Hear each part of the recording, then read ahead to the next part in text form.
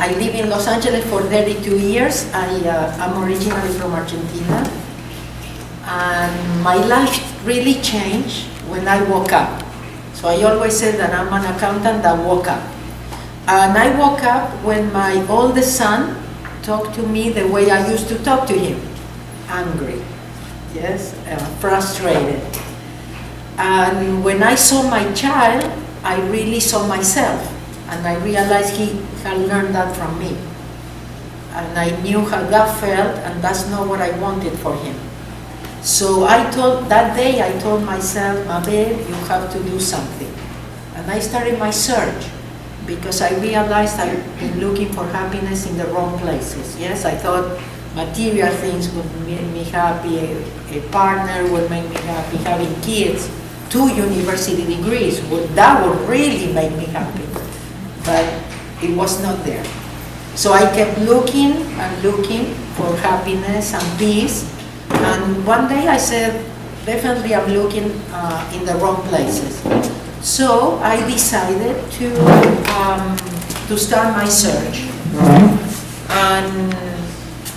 And my search started with a yoga class where the teacher at the end made us do a visualization.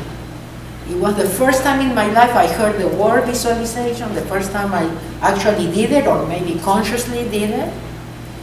And what I imagined in that visualization was that I was having a good relationship with my son. Because at that time I was having problems with my oldest son. We couldn't even be in the same room. We were trying to avoid each other, you know. So that day, when he came back from school, he noticed I was leaving. I was actually waiting for him to come home, so I was going to leave. And he said, where are you going? And I said, I have to run some errands. And he asked me, could I come with you? So that was a shock to me, that he wanted to spend time with me. And that day was very special, I think, for both of us, because we talk about everything you can think about, like death and God, and why I changed my mind. Now I believe in God, if I didn't believe before. He asked me questions like that, so very profound questions, and it was a very profound afternoon for both of us. So I started questioning myself if we are so powerful that whatever we can think or imagine, we could manifest. When up to that point, I thought life was hard. Again, you had to work for your money, you know, and again, looking for the happiness outside. So one thing brought me to the other, and today, I can tell you that I'm even more clear. Everything starts with a decision. We just made the decision, then the universe takes care of it. It guides us, it protects us, it clears the way for us. It is incredible how it works. But usually, you know, we see ourselves as victims, and we think we cannot do it, that we are small, or that we have bad luck, you know, all those things that we tell ourselves. So a friend of mine noticed that I was in the search, and she gave me my first metaphysical book. I didn't believe in anything I'm going to share tonight with you. For me, people that were talking about this were crazy people, and they should find a job and get to work. I actually had a sister that was spiritual, and I never understood how come my parents didn't hospitalize her, you know, because I thought she was really crazy. She talked about crazy things. And she used to tell me, you're too materialistic, you're too materialistic. So I grew up knowing that I was very materialistic. So in that metaphysical book, you know, I'm Jewish, my background is Jewish. The metaphysical book talked a lot about Jesus, but I loved it. You know, I found it really interesting, and I started practicing. You know, and I really could start finding my parking spot. You know how we all start, like, you know, kindergarten kids. You know, playing with our power. You know, oh, you think about finding a parking spot and you find the parking spot, you know. I said, wow, this works. So anyway, I did a lot of searching, like everybody else. I took a lot of seminars. They would come to me. Somebody would come and say, "Do you want to do this?" They say it's very good. I say, "Yeah, let's go." So, but I notice we are addicted to drama. You know, we still blame a lot. It's always somebody else's fault. It's never us. It's always, you know, somebody else. If it wasn't our mothers, it was the father, if not the grandpa or the uncle, you know. But there is always out there, yes, it's always blaming. Nothing of 100% responsibility, you know. Maybe it is something inside of me creating it or attracting it. So I used to go to these seminars that most of the time, sometimes I would go 3 days, 5 days, retreats, but most of the time was listening to stories, people crying and telling you what they did to them, you know. So I had a little voice that said there has to be an easier and faster way. There has to be an easier and faster way. And that easier and faster way came to me, really, because it is a decision. We don't realize the power that we have, and that we have a whole universe that is there to guide us, to open doors. But it's waiting for us to take the decision. We always have to take that first step. Nobody can do it for us because we have free choice. Yes? That's why we can suffer it all life. We can be victims all life. We can be depressed. You know, yeah, we can do whatever, and it's okay. We have free choice. Well, that easier and faster way, it ended up being, for me, oponopono. And it wasn't my first seminar. This is not about taking, I'm honest really with you, it's not about taking it one time and say, oh, I took the training, I know it. Oh, I learned it in the internet. This is, yes. This is reprogramming ourselves. Unlearning so that we can relearn. It's educating ourselves because we've been doing exactly the opposite. Because Ho'oponopono is about 100% responsibility. What is it in me that is attracting or creating this? That is no guilt. Okay, we are not guilty. Responsibility is not synonymous of guilt. And 100% responsibility, at least for me, it was freedom. For me, it means freedom. How wonderful. I don't need to change anybody. I don't need to convince anybody that I'm right and they are wrong anymore. Because now I know that everything is just the screen. Yes, or like the monitor, like when we work in the computer. So if I don't like what it shows in the monitor, I don't know how many of you have been successful at talking to monitors. If they change or something, you know, you say, that's not the problem. I don't like that, that's misspelled, you know. The only way to correct what shows up in my life is deleting. If I don't like what I see, I need to delete. It's the only way. Otherwise, my programs will keep playing. And no matter how loud I talk to the monitor cannot do anything. So everything in my life is just my programs. How wonderful. This is what the decision that I made with this information. I said, wow, if I created it, I can change it. All my life I've been trying to convince people and change people. That's why I was so unhappy. Because even when I convinced them that I was right and they were wrong, I was not happy. That's not where happiness is. We will never find happiness in convincing people, in having people doing what we want them to do. That's not where happiness. We are going to find happiness. We are not going to find it in the material things, although there is nothing wrong with having them. There is nothing wrong with material things, but if I think that I need them to make me happy, wow, I'm going on the wrong way. Yes. So nothing wrong with money, nothing wrong with material things, and I still have them, and I live a very good life. But I know that I don't need them to be happy. Before I needed them, and they were never enough, because you know that there is not enough money in the world to make us happy. It will never be enough. We will always want more. There will always be a bigger or nicer home, a newer car, and you understand, another university title. I will need it. It's the never-ending story. Now, when you know who you are, and you start by being happy and at peace, then, hey, go and buy everything. Everything is okay. Go to the university, but not to be somebody.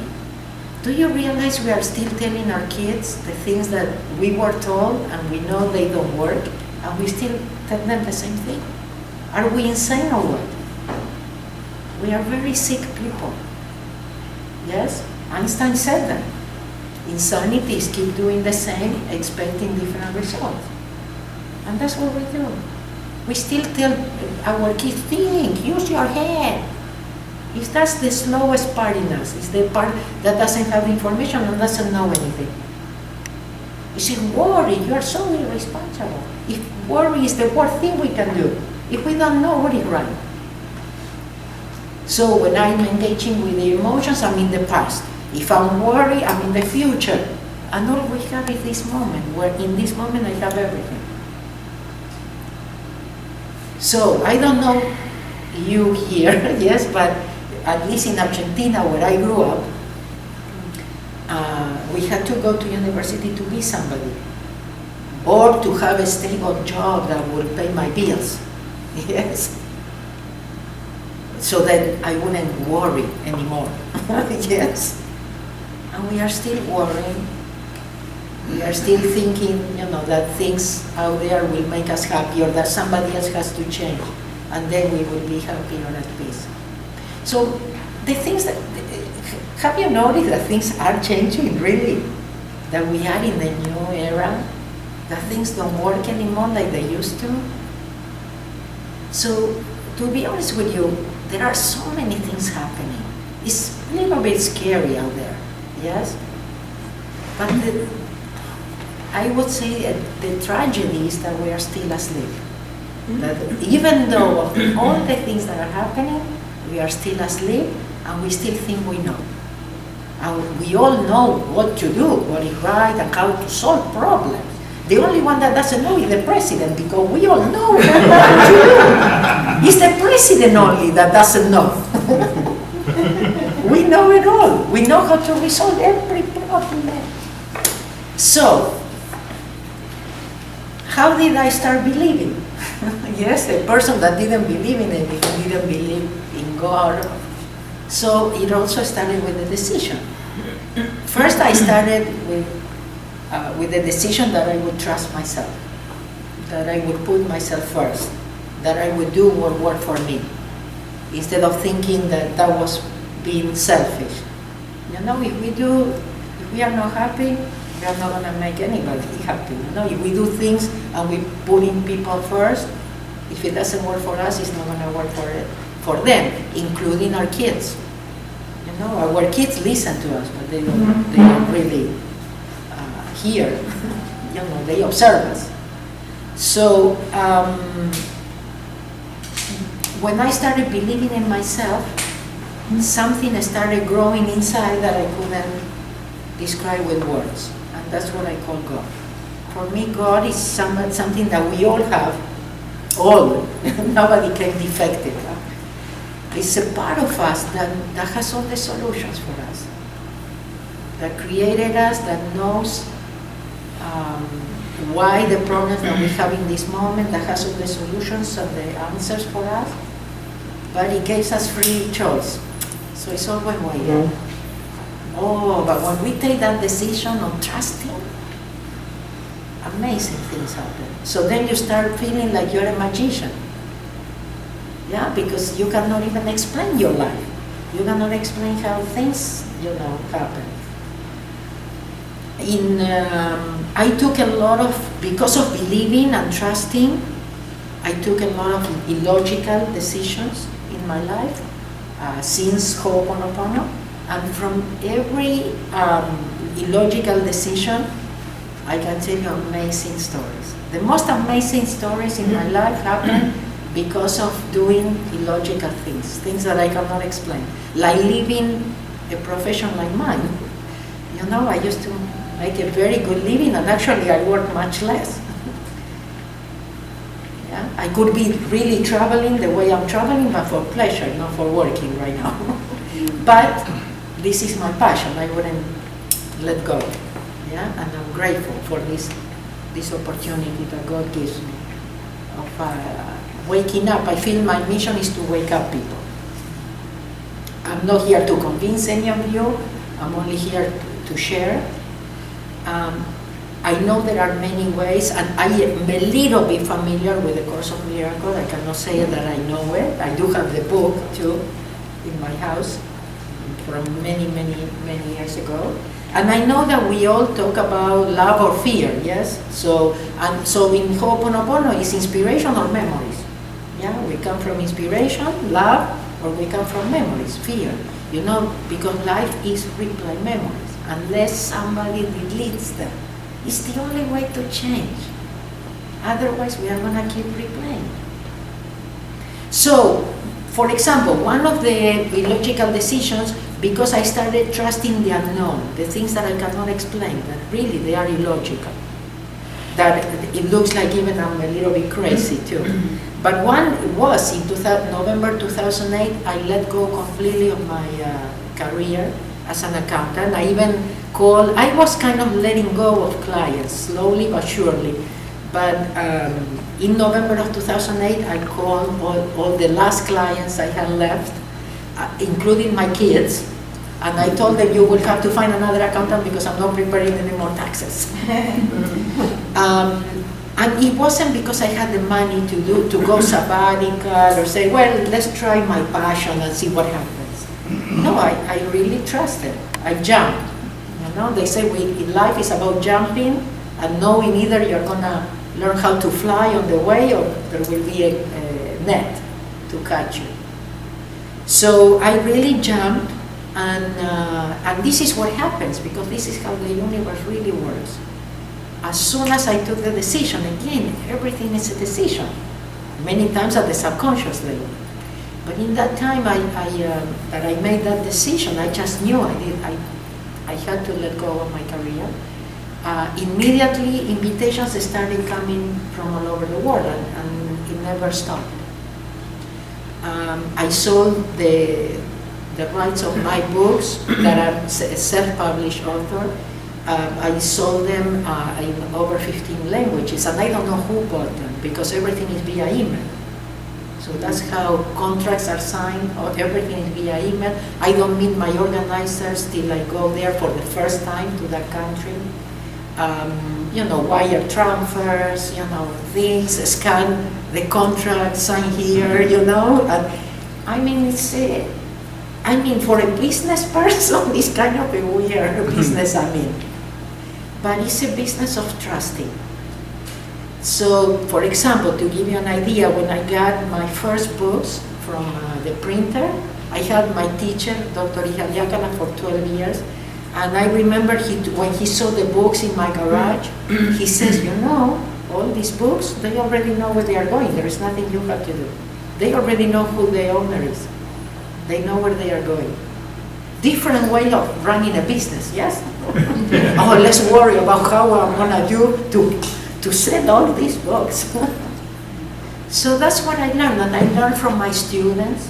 All of my students can see, can hear, they tell us weird stories, and all these weird stories woke me up. Woke me up because I don't know how much you know about Argentinians. We are very intellectual, highly educated, intellectual people, the people that really know. We really know. So you can see our country, how well you know, because we know. We know. So definitely the only one there, the only problem there is the president. You know, all the Argentinians have all the solutions to all the problems, and they know. So it was really 180 degrees change in my life, and I love it. I love it. I kind of became like a little child again. And the trusting, you wouldn't believe, trusting is like really putting money in the bank, you know, and it comes back. It comes back and multiply. It's the best bank in the world for financial people. Yes, everything comes back. And there are a lot of things you cannot explain. But it's about really letting go. So,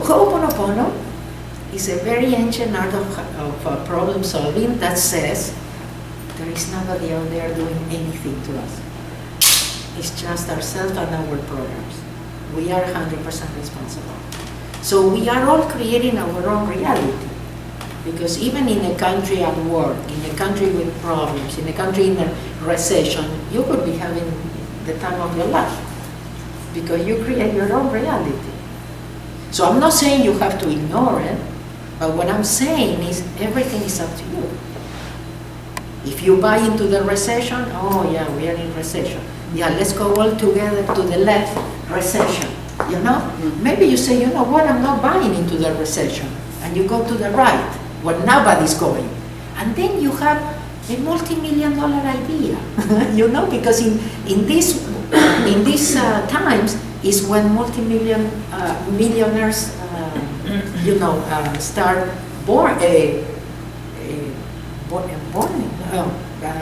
are being born, okay? Because it was from an idea. But ideas don't come when you are thinking. The ideas don't come when you are worrying, how am I going to do it now that I've been fired? No. You open up to the universe, you trust, and you will not believe your life. Because that's what inspiration does. So when you do Ho'oponopono, it's about how deleting, how to stop. You know, the crazy one in the house, the one that is always talking, having opinions and judgments because he thinks he knows. Yes? So how do I stop that? By taking responsibility that is me, nobody out there. Yes? And also coming back to the present, because I'm never present. This is always taking me places. Yes? So the only one that can stop that is me. And Ho'oponopono is, I'm sorry for whatever is in me that created this. So again, 100% responsibility. Something shows up in the monitor, and I said, I'm sorry for whatever is in me. But like a little child, yes? And I say, I'm sorry, please forgive me. It's not, oh, you are guilty, you are a sinner. No, like a little child, because I don't have any clue what is in me. I don't need to know, and I don't need to understand. I just need to know in my heart that it is only a program, a memory playing inside of me. That's it. And I have the power to change that. Nobody can do it for me. So this is working with another part of you, again, that can see the whole picture, that has all the information. Einstein said also, yes, you cannot use the same part that created the problem to solve the problem. Yeah, the intellect doesn't have a clue. You think that, oh yeah, one intellect will bring peace on earth. No, it will be somebody that will allow God to inspire us how to bring peace to the world. It's not about thinking how to do it. This only can come from inspiration, otherwise we are going to keep replaying it. And every time it will be worse and worse. So if I want to resolve something, I need to stop the part that thinks it knows and allow another part of me. I'm just talking out loud now. Yes, then, yes, then yes. I'm here to clear this. Then what is it? It could be just thank you, thank you, thank you, thank you, thank you, thank you, thank you. We have like passcodes. We have like keys that open doors, yeah? So the thank you by itself is just a passcode. But what I need to realize is that what I'm actually doing when I say thank you is, okay, I'm 100% like a little child. Okay, it's me. I'm sorry for whatever is in me that created this. It's giving permission to this part of me that you can call it whatever you want. I call it God, but you can call it whatever you want, that can transmute. But it's waiting for me to give permission. So the thank you is a way of giving permission for the help to come, because if you don't ask for the help cannot come. Again, you're free, you have free choice. It stops the intellect, yeah? It brings me back to present. So it does a lot of things actually, the thank you, yes? But when we say thank you in Ho'oponopono, it's about 100% responsibility, I'm sorry for whatever is in me. But like a little child, I come, it's repentance, but as a little child, when we were little, it was easy to say thank you. To say thank you, yes, and I'm sorry. Yeah? And forgiving, it was easy when we were, but then we learned not to forgive, yeah? To defend ourselves. It was somebody else's, it wasn't us. Yeah? And we are hurting ourselves. We go through life hurting ourselves. Because when I don't forgive, I'm not hurting the other person, I'm hurting myself.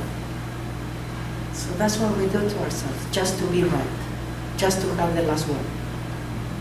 So this is about who cares who cares who is right, who cares who has the last word. I choose to be happy. This is about life or death, really, because that's what we are choosing moment by moment. So maybe we have a destiny, but we can change it. With everything, I'm changing my destiny. It's very different, yes, what will happen if I let go or not. If I say thank you, if I take responsibility or not. Yes, so that's the power we have. Moment by moment. Because if I don't choose, I'm still choosing. So what I'm really choosing is that my memories keep playing and choosing the same things. Being right and blame, and being depressed. Do you meditate? No, I don't meditate. For me, this is my meditation. It's coming from inspiration moment by moment. So I'm not against meditation, and I'm not, everybody wants to teach me how to meditate, but I found my meditation. And again, it's about 24 hours a day. I want to do it God's way, not my way anymore. My way, I know it doesn't work. I like what God has for me. And He has for everybody. We just need to believe. We just need to trust and become children again.